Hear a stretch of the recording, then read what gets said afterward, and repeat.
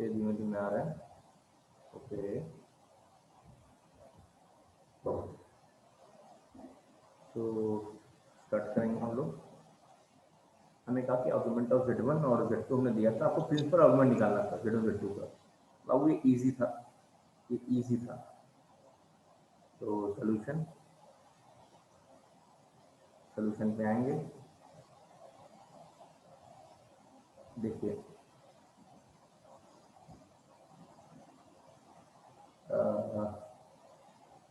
Argument of Z1 Z2,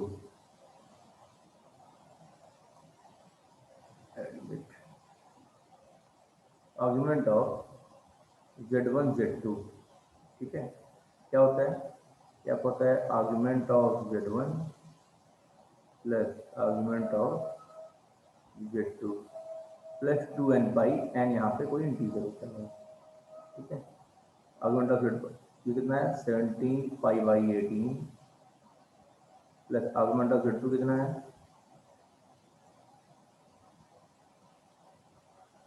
7 pi by 18, ठीक है, 7 pi by 18।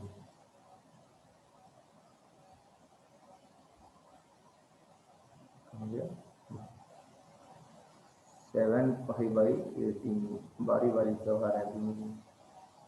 चलिए 7 पाई बाई 18 प्लस 2n पाई, ये इसलिए लिख रहा हूँ ताकि इसको मैं प्रिंसिपल आर्गुमेंट में एडजस्ट कर सकूँ फॉर्मुलानुसार। n कोई इंटीजर है तो सर बेस सेम है, तो 17 प्लस 7 कितना होता है बेटा 24। 24 वेरी गुड, प्लस 2n पाई, तो 6 से कटेगा, 6 4 60, 4 pi by 3 plus 2n pi, n की वैल्यू -1 ले लो, n की वैल्यू -1 ले लो। क्यों 4 पाई बाई 3 मतलब पाई से एक्सीड कर गया ना, प्रिंसिपल आर्गुमेंट मेरा माइनस पाई से पाई के बीच में होता है। जब पाई से एक्सीड कर गया तो इसमें कुछ घटाना पड़ेगा, तो n की वैल्यू 0 ले लोगे तो कोई फर्क पड़ेगा नहीं, -1 ले लो। तो -2 पाई करोगे कितना आएगा, 3 2 या 6 -4 -2 pi by 3 and -2 pi by 3 is in between -pi to pi and hence this is your principal argument। बोलो समझ में आया क्या? मगज में आया सबके? Yes sir. मगज में आया सबके? चलो सर थोड़ा सा क्यों उसमें से घटाएं वो बात बताइए फिर से। अच्छा, सुमित बाबू ध्यान दो, ठीक है बाबू सुमित ध्यान दीजिए आप। ध्यान कुछ ऐसे देना है कि हम कह रहे हैं कि थोड़ी देर के लिए भूल जाओ, इसी का आवाज आ रही है। देखिए ध्यान दीजिए, हम क्या कह रहे हैं, हम कह रहे हैं बाबू कि सुमित लो ये भूल जाओ, हमने नहीं लिखा कुछ, हमने नहीं लिखा कुछ, ये 2n पाई था। आपको जोड़ने के बाद आपने क्या पाया, आपने पाया 4 पाई बाई 3। तो Sumit 4 pi by 3 is greater than pi ना, पाई से बड़ा है, हाँ सर। क्योंकि 4 बाई 3 हाँ 1 सर। से बड़ा, मतलब पाई से बड़ा है, पाई से बड़ा है, तो हमारा प्रिंसिपल हाँ सर। आर्गुमेंट में आंसर हमको देना था। तो प्रिंसिपल आर्गुमेंट में लाना है तो इसमें कुछ ना कुछ घटाना, ये 2n पाई इसलिए ये एडजस्टर है, ये एडजस्ट करने के लिए यहाँ लिखा हुआ है कि n इंटीजर लेते जाओ अच्छा और n इंटीजर स्वादानुसार लेना, मतलब n की वैल्यू ऐसी रखना कि पूरा सॉल्व करने के बाद फिर वैल्यू -पाई से पाई के बीच में आवे।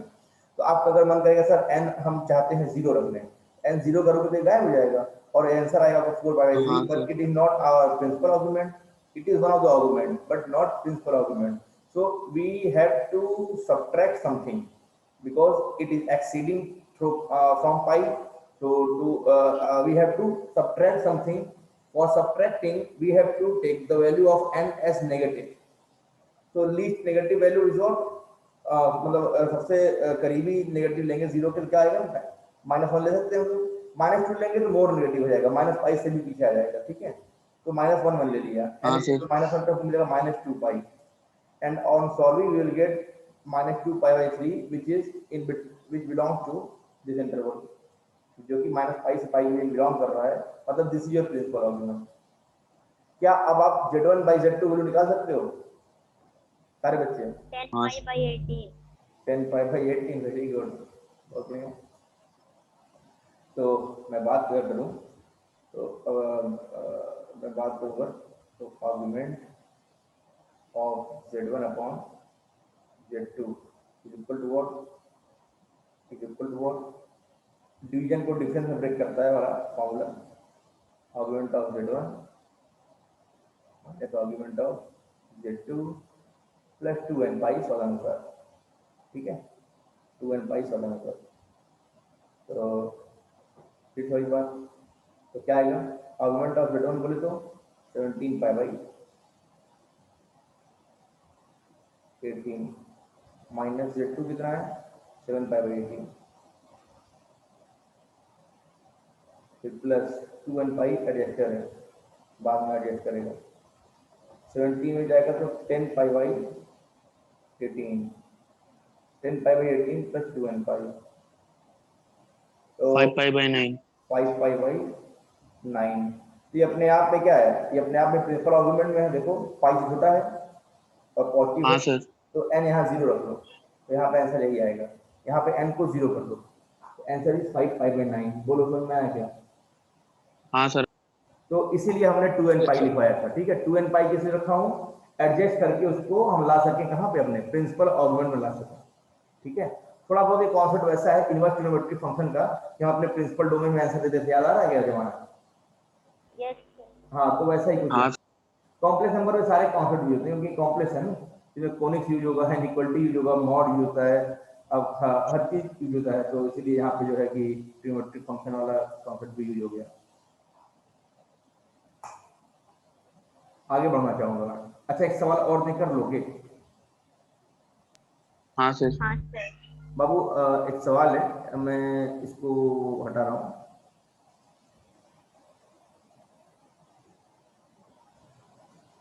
ऑगमेंट पे सवाल इजी आता है, मॉड पे जब आता है थोड़ा सोचना पड़ता है। बच्चे हमारे अच्छे हैं, सोच लेते हैं।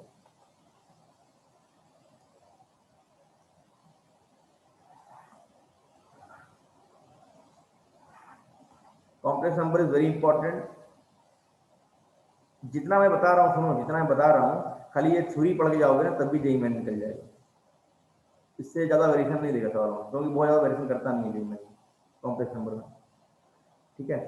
तो खैर सवाल है, इफ z1 एंड z2 दो कॉम्प्लेक्स नंबर है, ये आपस में कॉन्जुगेट पेयर है, are conjugate pair, conjugate pair to each other,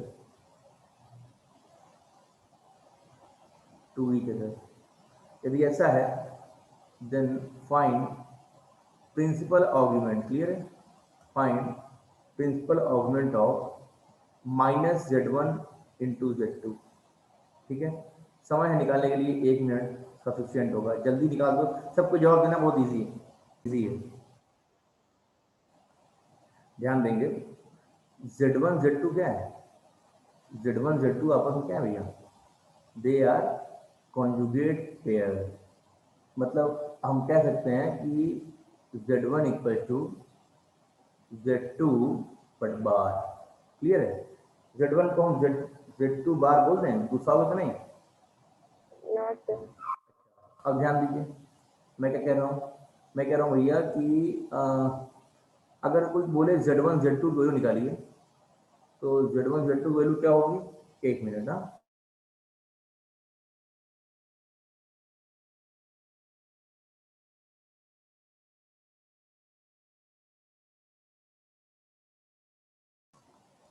तो हम बाबू z1 z2 को लिख दें क्या, z1 को z1 रहने दो, z2 को z2 बार, या जैसे कि हम जो बोलना चाह रहे थे हिंदी में, ये बोलना चाह रहे थे कि हम लिख सकते हैं z2 को भी z1 बार लिख सकते हैं, आपस में कंजुगेट है ना है दोनों के, तो किसी को किसी का बार लिख दो, कोई दर्द की बात तो है नहीं। तो हम z2 को वैल्यू लिखने जा रहे हैं z1 बार। अच्छा, z1 बार मतलब क्या होता है, मॉड z1 का स्क्वायर। क्या बात है, बोलो आ रहा है कि नहीं आ रहा है? तो आ रहा है सर। हमसे पूछा है principal argument of minus z1 z2, यही पूछा है हमसे, बड़ा इजी पूछा है हमसे।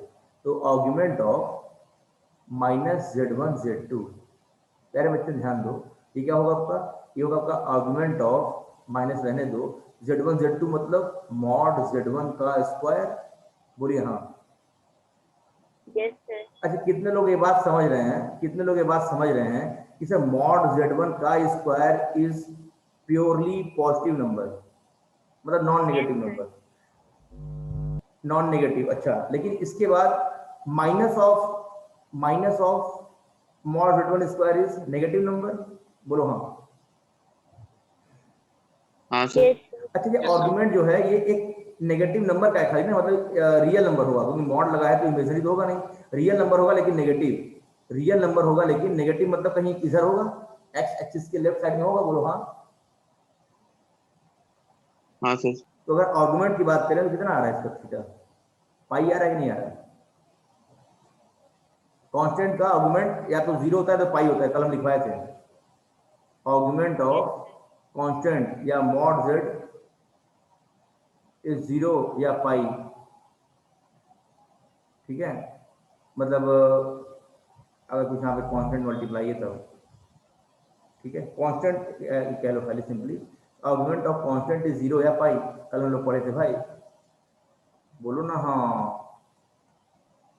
और जब yes sir. Argument plus minus pi by two होता है तो हम कहते हैं प्योरली इमेजिनरी होगा जेड की वैल्यू, ये तो हम लोग कल पढ़ लिए थे। तो इसका आंसर कितना आएगा, argument is pi, so pi is the answer बेटा। sir. तो इसमें माइनस Z1 into Z2 को लिख नहीं सकते हैं? Argument of minus Z1 plus argument of Z2। लिख सकते हैं बेटा, फिर उसके बाद फिर उसके बाद ये argument of Z1 is equal to minus times argument of Z2 हो जाएगा ना, तो क्योंकि कॉन्जुगेट है। कॉन्जुगेट है, हाँ ठीक है कॉन्जुगेट है। क्या कह रही हो पूछा शिवांगी, जो बोल रही मैं वो लिखते जा रहा हूँ, ठीक है।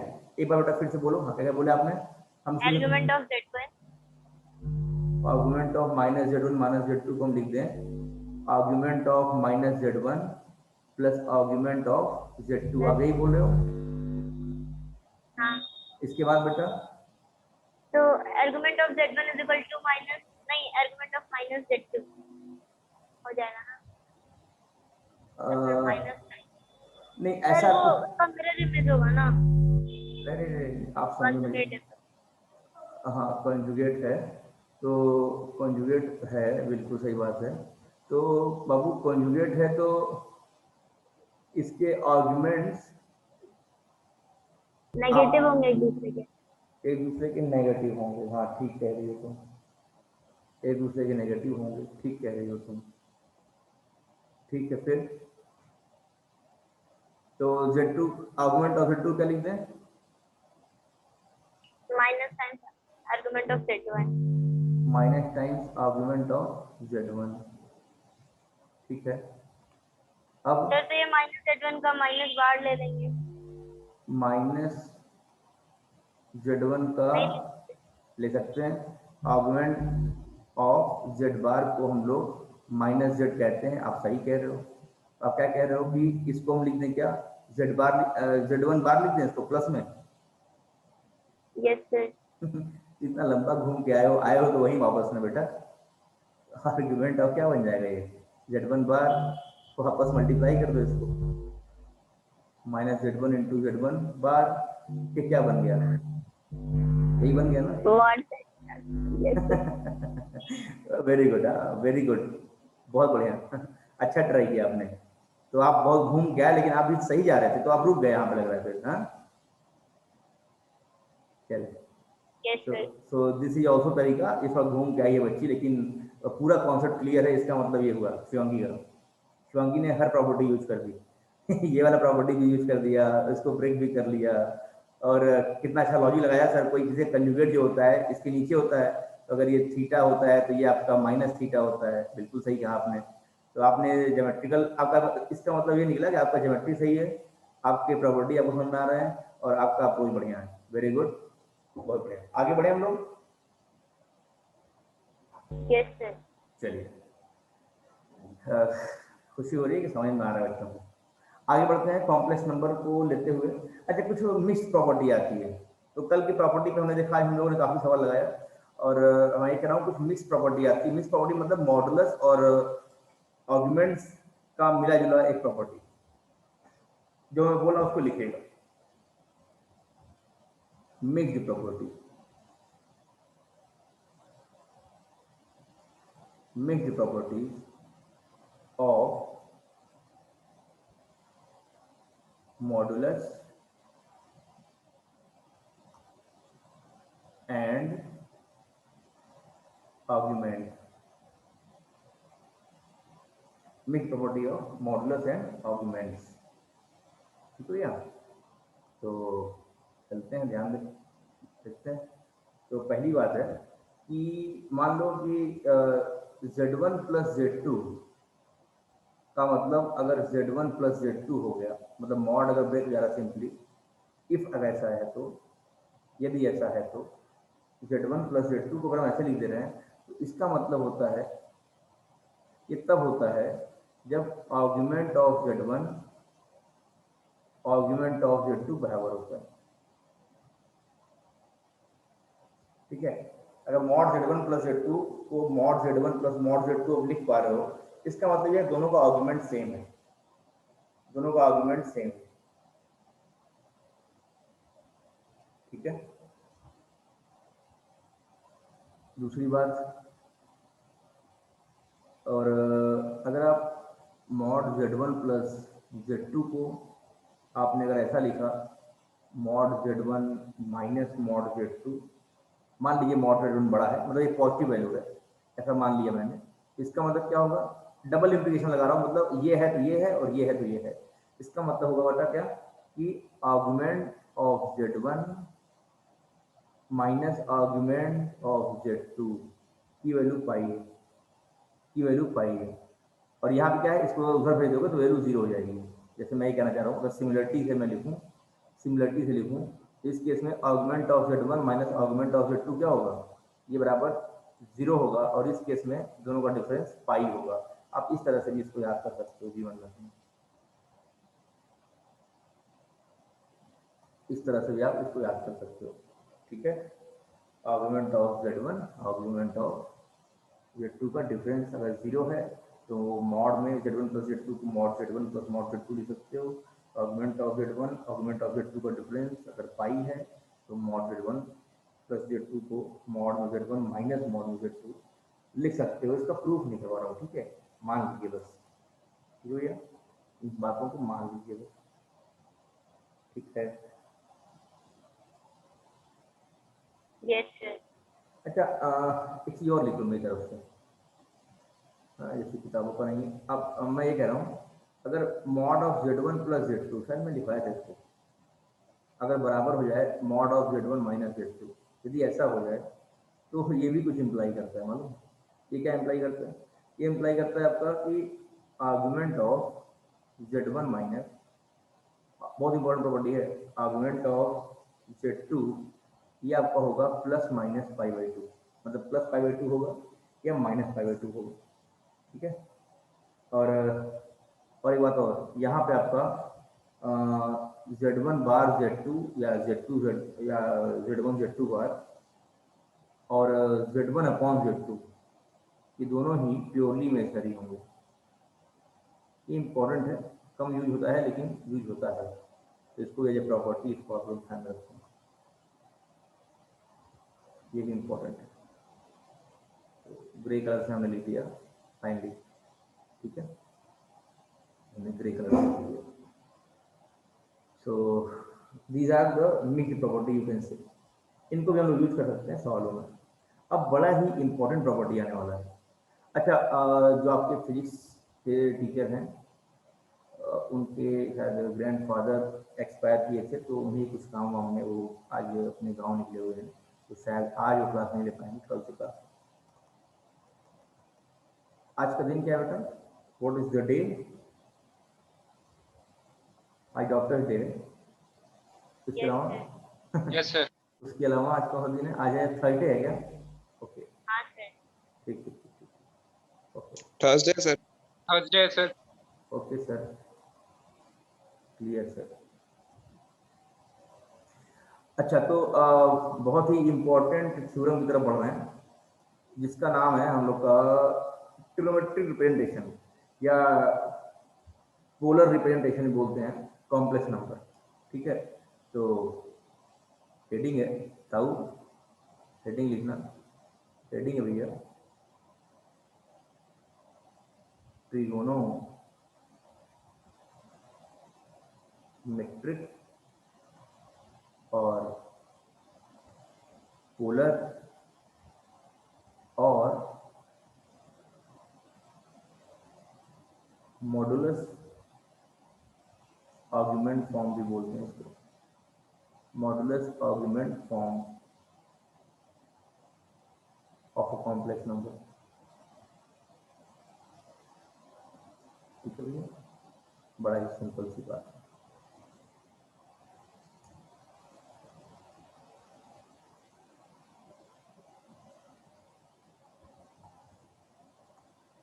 ट्रिग्नोमेट्रिक फॉर्म बोलते हैं या इसको पोलर फॉर्म बोलते हैं, इसको मॉडुलस और आर्गुमेंट फॉर्म बोलते हैं, क्योंकि हम इसमें मॉड और आर्गुमेंट दोनों यूज करेंगे। ठीक है, और ये फॉर्म बहुत इंपॉर्टेंट है। Polar form is very very very important. ये फॉर्म जानने के बाद बड़े बड़े सवाल यूं हो जाते हैं। ये फॉर्म जानने के बाद बड़े बड़े सवाल यूं हो जाते हैं। ठीक है, तो आइए देखते हैं।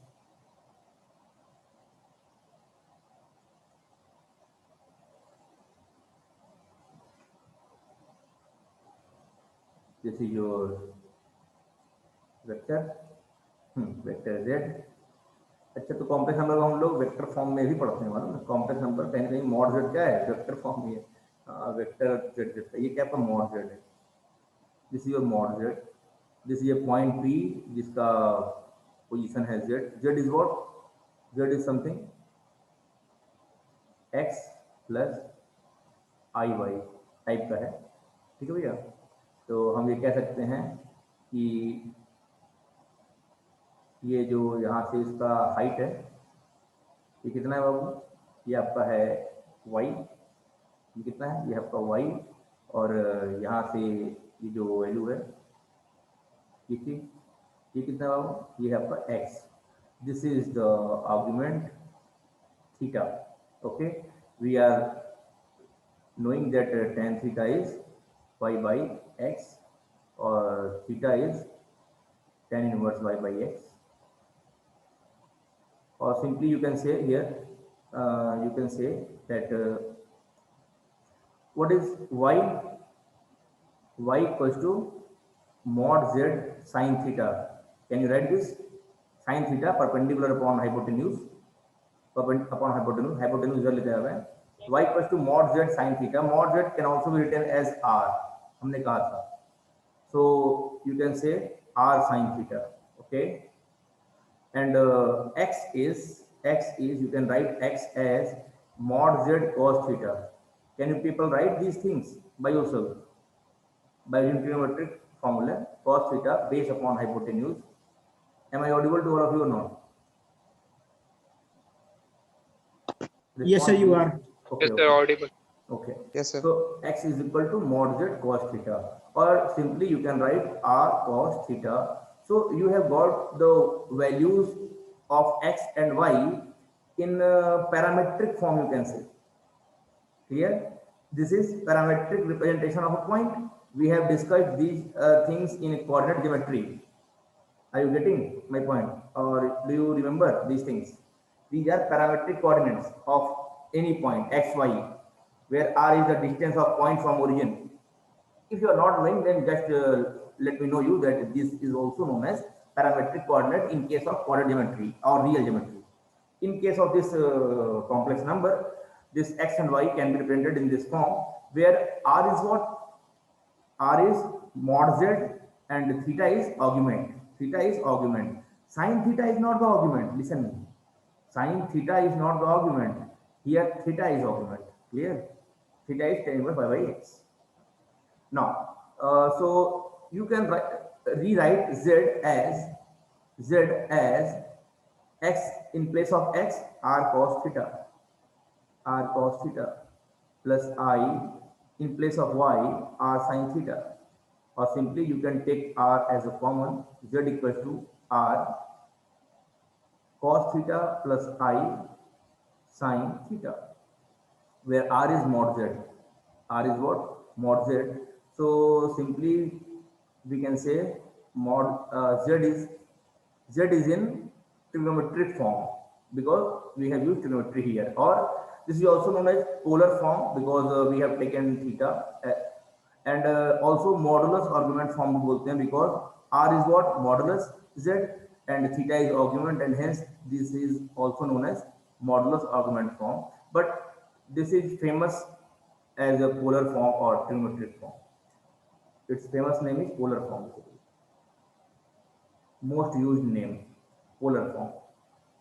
So this is the polar form of complex number r cos theta plus I sin theta. Shivangi, a question is there. The question is, what is the name of this part? We have discussed earlier. What is the name of this part? I have given a special name. Cos theta plus I sin theta has a special name. Unimodular. कल पढ़े थे क्या? इसका modulus कौन होता है? बोलो हाँ. Oh, Shivangi हाँ है सर. ही नहीं. Shivangi is not there in the room. She has joined just. Gaurav, Harshvardhan, Priyanshu, Shivam, Sumit. Dear students, are we knowing that this cos theta plus I sin theta is also known as unimodular? Yesterday we have Yes, sir. studied this. Okay. Yes, sir. So this is what, guys, properties of modulus and augment. Is my drawing is clear? Writing is clear? Yes, sir. Okay. Yes, sir. So write down these things or take a screenshot. So let's move on.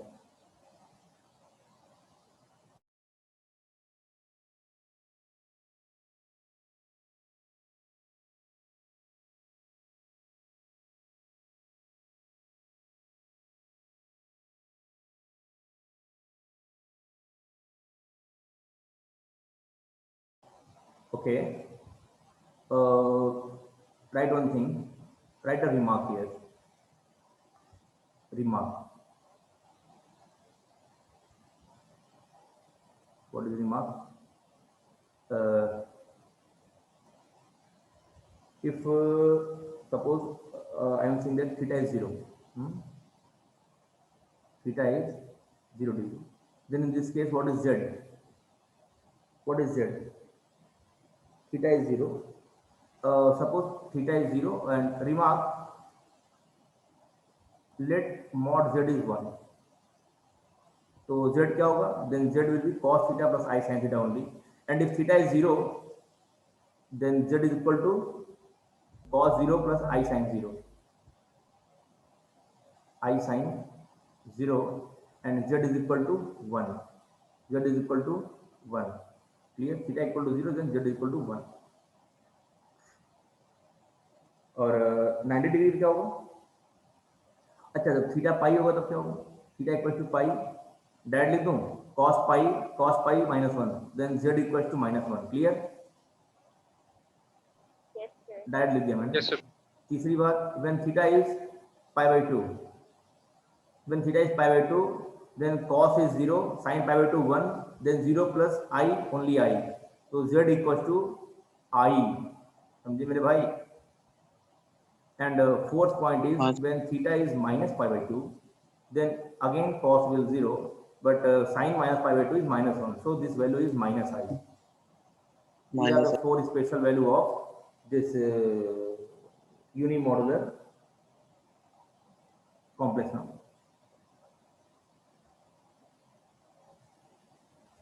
कभी कभी इसको, इस वाले form को लोग cis form भी बोलते हैं. क्या बोलते हैं? CIS theta form. C मतलब cos, IS मतलब I sin थीटा, बस थीटा मतलब थीटा. इसको सिस थीटा फॉर्म भी बोलते हैं कभी कभी लोग. ठीक है? Cis theta. I स्मॉल है, C और S कैपिटल है, theta is theta. Cis theta में थीटा एज ए फंक्शन, जैसे साइन थीटा होता है ना, वैसे सिस थीटा है. ठीक है भैया? तो लोग ऐसा करते हैं. तो आगे बढ़े क्या? आगे बढ़े.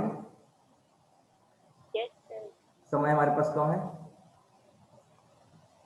So you have got enough information regarding polar or trigonometric form or augment modulus form. Okay, so the question is, you have to write the given complex number is in polar form. Okay, if z is suppose -1 by 2, -1/2 plus √3/2 I. This is Z. Represent in polar form. Represent Z in polar form. सारे लोग, समय है 30 second बहुत होगा. Polar form में represent करिए. Polar form में represent करिए.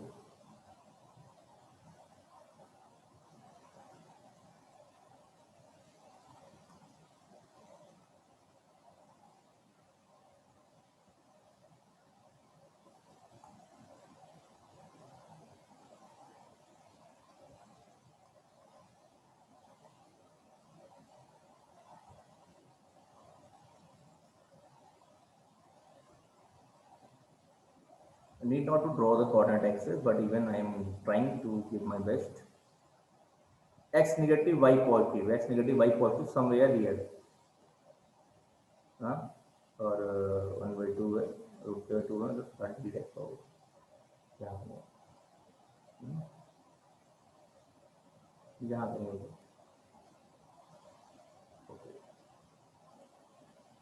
तो कुछ ऐसा होगा. This is Z. बड़े क्लियर है. तो खैर मैं अगर मुद्दे पे आऊँ, डायरेक्ट करना चाहूँ तो मैं लिख सकता हूँ. What is X? What is sine theta here? Sine theta क्या होता है बेटा? Sine theta Y by mod Z ना. तो Y इज √3. मॉड Z कितना निकालो यहाँ से? I think mod Z is what? Root में 1/2 का स्क्वायर 1/4, √3/2 का square 3/4, 3 + 1 4/4 1. The answer is 1. Mod Z is 1. So sin theta is Y. Sin theta is Y means what? √3/2. Wait. यहाँ तो ठीक था. हाँ, by 4. Need not to find the sin theta. Just find theta as an argument. Since you have to write theta is in principal argument form. Okay. So what is the principal argument here? It is in second quadrant. Then principal argument is pi minus alpha. Say yes. Say yes. Yes, sir. So pi minus alpha. Alpha means tan inverse. Tan inverse mod में y by, तो mod में √3 आएगा. tan inverse क्या आएगा आपका? √3/2 cut जाएगा. It means 60 degree ना. pi/3. तो theta is pi minus pi/3 मतलब 60 degree means 2 pi/3. So this is the principal argument. Okay. Now mod Z is 1, theta is 2 pi/3. So our polar form is mod R मतलब that is 1 cos theta means cos 2 pi/3 plus I sin theta. This is the exact form, polar form. This is polar form. बोलो clear है क्या? This is polar form. Yes, sir. Clear है. तो theta हम यहाँ से नहीं निकालेंगे, ठीक है. वो तो फिर जनरल आर्गुमेंट पे आ जाएगी, ठीक है. थीटा डायरेक्ट हम और प्रिंसिपल आर्गुमेंट के फॉर्म में आंसर देंगे. इस तरह से हम लोग पोलर फॉर्म में रिप्रेजेंट कर लेते हैं. और हमारा सेकंड क्वाड्रेंट में था, तो this is your polar form. Okay. आसान होता है, बहुत दिक्कत नहीं आती है. अब इम्पोर्टेंट फॉर्म है. 5-6 लेक्चर लगेगा. कॉम्प्लेक्स नंबर को वर्टिकल ले जाके खत्म कर देंगे. तो जैसे कल जो है हम लोग इसका और फॉर्म पढ़ेंगे, आइलर फॉर्म, यूलर फॉर्म जिसको कहते हैं हम लोग, जिसपे बेस्ड बहुत से क्वेश्चंस आते हैं. सबसे इंपॉर्टेंट फॉर्म है आपका यूलर फॉर्म. तो आइलर फॉर्म या यूलर फॉर्म भी कहते हैं उसको. तो हम लोग कल पढ़ेंगे. और आज आपकी क्लास नहीं हो पाएगी फिजिक्स की. क्यों? क्योंकि हमने बताया सर अपने गाँव गए हुए. तो आप लोग बैठ के पढ़िएगा, जो मैं बता दिया लगाइएगा. आप लोग को डीपी गई कि नहीं अभी? नहीं सर. No, sir. अभी तो डीपी गई ही नहीं है. अच्छा, नहीं सर. चलिए आज मैं बना के भेजता हूँ आपको. मैं देखता हूँ हमारे what are they are doing currently. I think कल शायद कोई एक्सीडेंटल केस में फंसे हुए थे हमारे मैनेजर साहब. देखते हैं. हाँ, आज देखते हैं आपको. तो कल हम लोग मिलेंगे इसी समय, ठीक है. ऊर्जा के साथ मिलिएगा और जो सो रहे हैं उनकी जगह पे ले आइएगा. Bye bye, take care for today. Bye bye. Take care. Thank you, sir. Welcome.